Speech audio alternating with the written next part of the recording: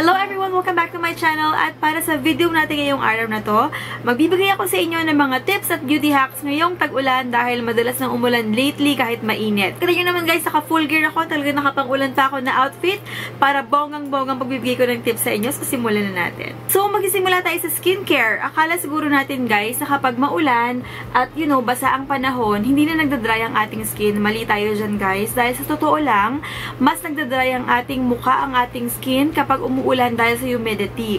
So, make sure nagagamit tayo ng mga moisturizers before tayo matulog para maging fresh at maging well-moisturized ang ating mukha kinabukasan kapag nag-apply tayo ng makeup.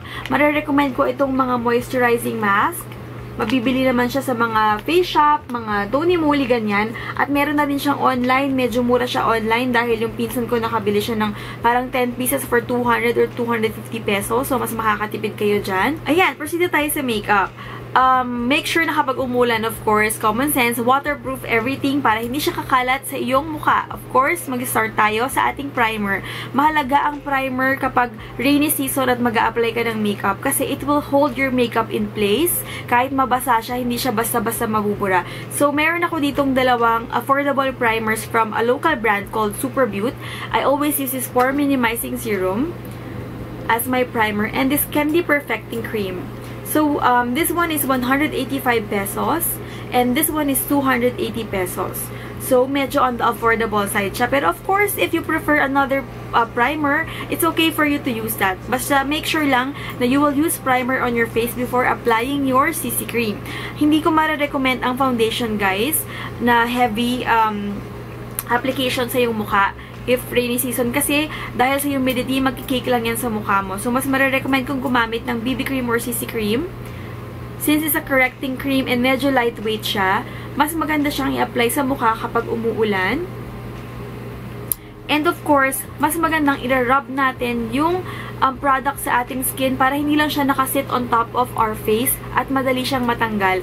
So, make sure na hindi lang powder, foundation, or powder lang ilalagay mo on top of your face kasi mabilis siyang matatanggal. So, marirecommend kong gumamit ng beauty blender and really push it in your skin kung gusto mong tumagal lang yung makeup. Or you can use a foundation brush like this, yung mga duo fiber na talagang mapupush yung product on your face para kakapit siya. Siyempre, it's very important to set our CC cream as well. So, ito yung gamit ko, yung aking MAC Studio Fix at ang shade ko is NC35.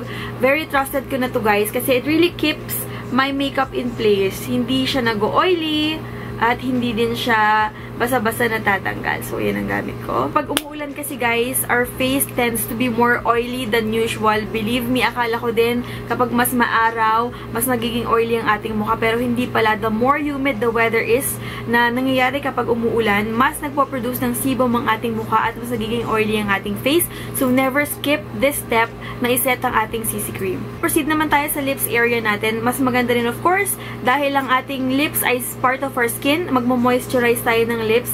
I always use this Blistex Daily Lip Conditioner. So, ginagawa ko, habang nagme-makeup ako, naglalagay ako ng foundation, binababad ko lang to sa aking lips para ma-moisturize siya. Tapos, saka ko lang siya ibablot ng tissue before ako mag-apply ng aking lipstick. So, dahil gusto natin magtagal ang ating makeup, kasama na dyan ang ating lipstick, mas ina-advise ko, nagagamit tayo ng lip liner. Kasi itong mga lip liner na to, mas durable siya. Yung formula niya, it's made to last longer than our regular lipstick. So, kung gagamit ka ng mga matte lipstick like this one, make sure na meron kang mga lip liners before you apply this one. Pero kung meron ka namang mga matte na mga liquid lipsticks, then you can use this one as well because these are tested, long-lasting, and hindi siya agad-agad nabubura. Hindi ko rin ina-advise guys na gagamit tayo ng lip gloss kapag rainy yung weather natin because it tends to be really windy kapag umuulan. So, it's very sticky kapag yung buhok mo dumikit sa lips mo, wala na. Dikit-dikit na siya, magiging sticky na yung buhok mo. Sira na rin yung lip gloss mo na in-apply sa yung lips. So, ang ma-advise ko talagang gagamitin natin on our lips is a matte lipstick, a matte liquid lipstick, or you can use a lip liner by itself. Kung gusto mo naman ng more natural look, you can use a lip tint. Or ako ito, yung of course, yung may magic lipstick. Yan ang aking trusted lip tint all the time. Kasi hindi talaga siya nabubura agad kung makapit siya sa lips ko.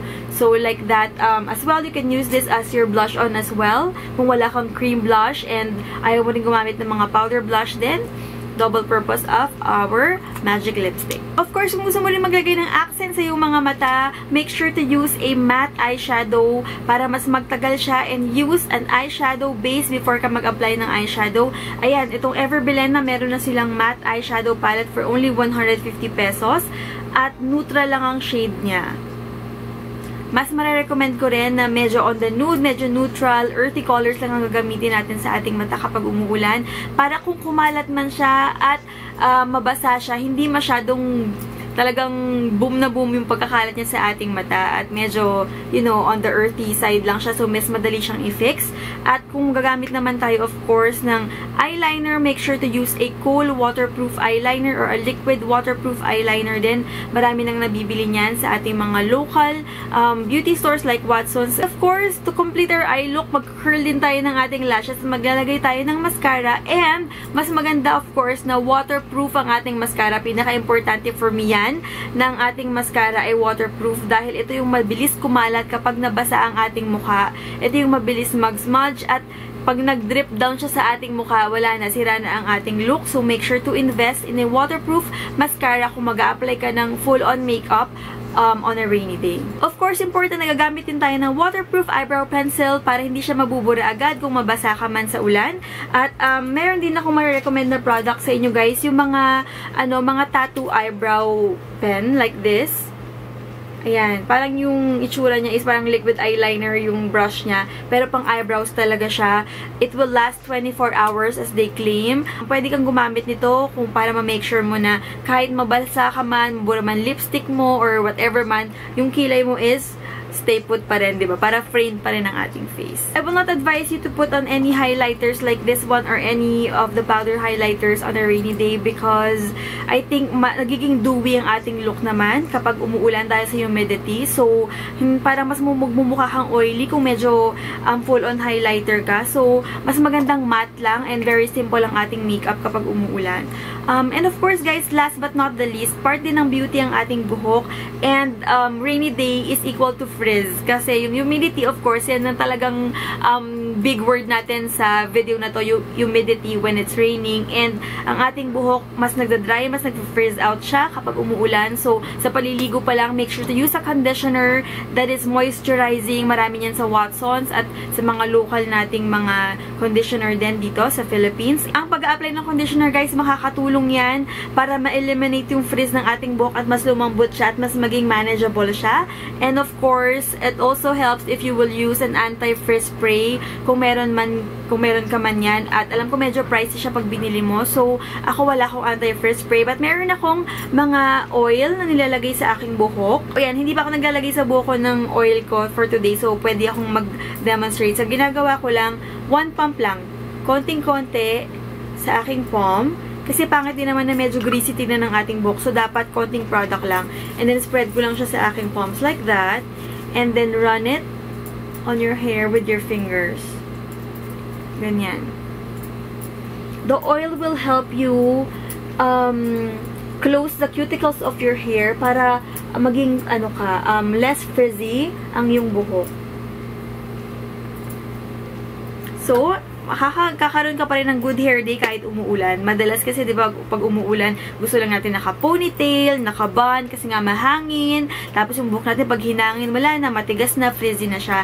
Pero, if we use the right products like conditioner and hair oil, and mga anti-frizz spray, then, magkakaroon pa rin naman tayo ng good hair day kahit umuulan. So, that's it for this video, guys. Sana meron kayong natutunan sa ating video for today. Naisip ko kasi, guys, madalas ng umulan lately, at sana nakatulong yung mga information, tsaka yung mga products na binanggit ko sa inyo para mapanatili ang ating ganda kahit umuulan. At syempre, of course, dahil madalas umulan lately, mag-iingat tayo palagi because we are prone to accidents, sa mga disgrasya, at traffic, syempre, everywhere. So, habaan ang ating pasensya, huwag masyadong masistress dahil ang stress, number 1 cause yan ng mga sickness natin, sa totoo lang. And of course, guys, bawal magkasakit. Ako, nagkasakit na ako dahil naulanan ako. So, ayan, make sure na iinom kayo ng vitamin vitamin C every day. Take your supplements kung meron ka mang panglaban sa mga sickness. Magdadala kayo ng payong, huwag kayong tutulad sa akin na nagpaulan. Siyempre, protect our health, of course, and always take care. Okay, mga sis? Thank you so much for watching once again, and always remember, mahal ko kayong lahat, and God bless.